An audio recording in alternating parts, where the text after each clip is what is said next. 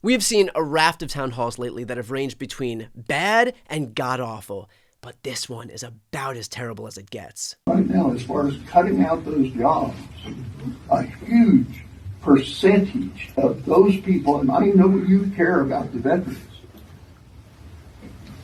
are veterans. Yes. Mm-hmm. And that is a damn shame. Yes. Yeah. That is a damn shame. Yes. I'm not a Democrat, but I'm worried about the veterans, man. Well, I yielded to one of my elders, and I appreciate his comments. I think it's a great. We don't have time for everyone to stand up. I do got 2 more commitments today. Appreciate everybody making the drive out, and God bless America. Thank you.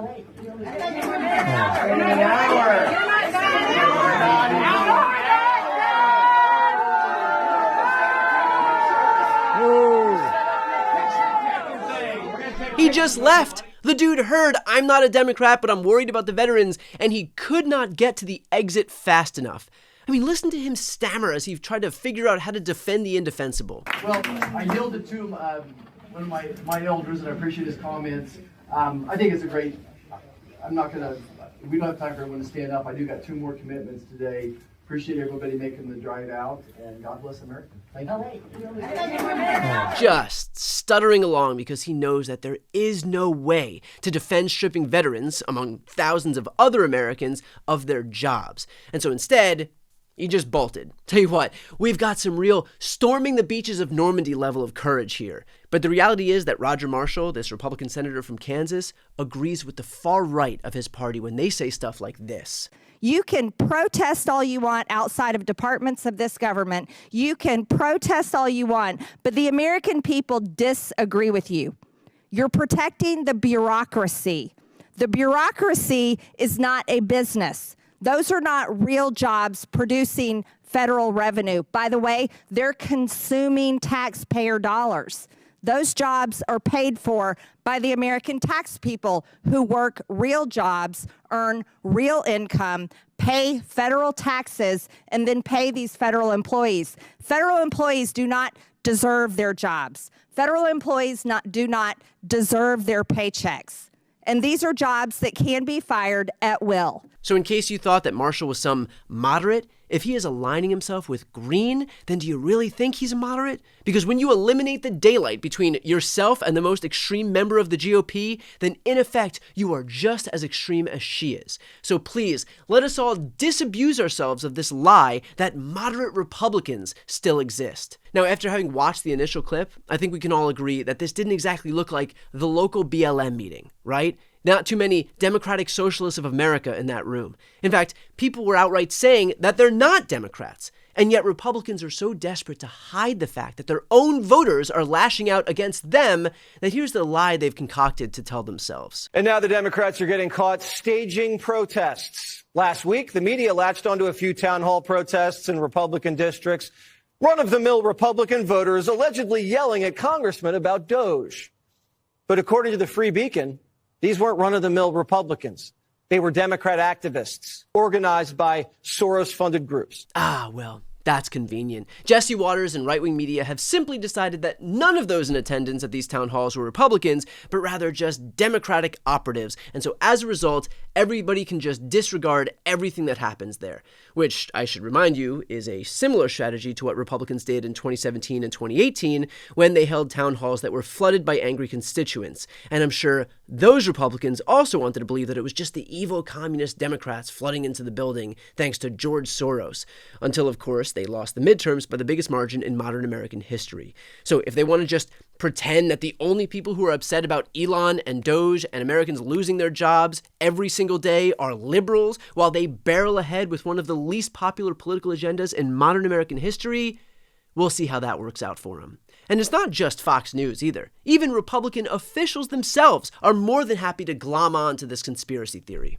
I want to start with last week. Videos of protesters yelling at members of Congress went viral, right?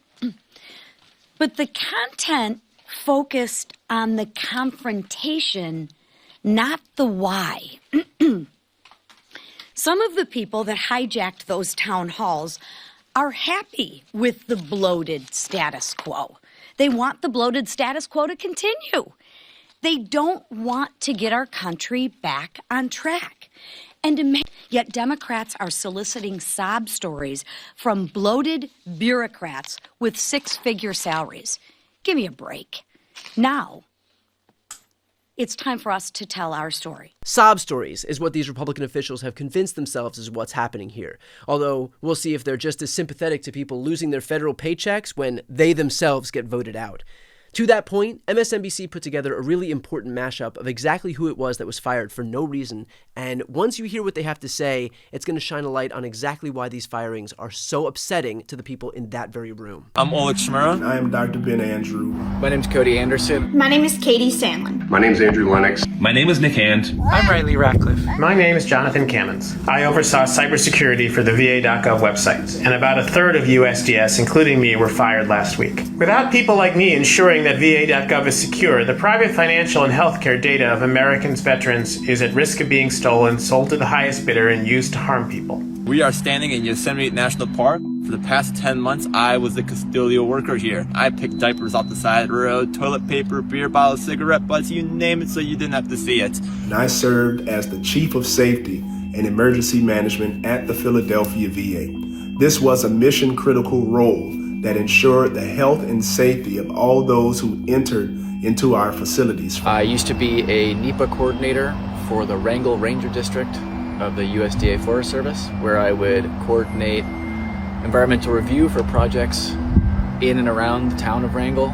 projects that are crucial to the town's economy and its people. I moved from Alabama to Maryland to start my new job in genomics education and outreach at the National Institutes of Health. My job was to help educate students, teachers, and healthcare providers about genomics to improve patient care and develop the future scientific workforce. I was a technologist at the Consumer Financial Protection Bureau for about a year and a half before I was fired last week. We were the ones making sure that you could use payment apps without being constantly scammed, that your sensitive financial data wasn't being collected and shared with shady companies, and that your data wouldn't be leaked in a data breach.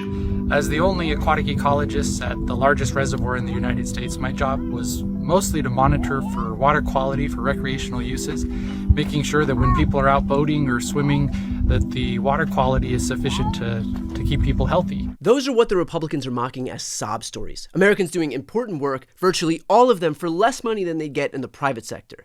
But apparently this is who the GOP's elected officials think aren't worthy of their paycheck. They'd rather heap money, again, onto the folks who align with their values, like Elon Musk, who's busy canceling contracts and awarding them to his own companies. See, that's somebody who deserves more money. The richest man in the world. Got it. So look, I know that everybody is looking for something to do as we agitate to save our democracy.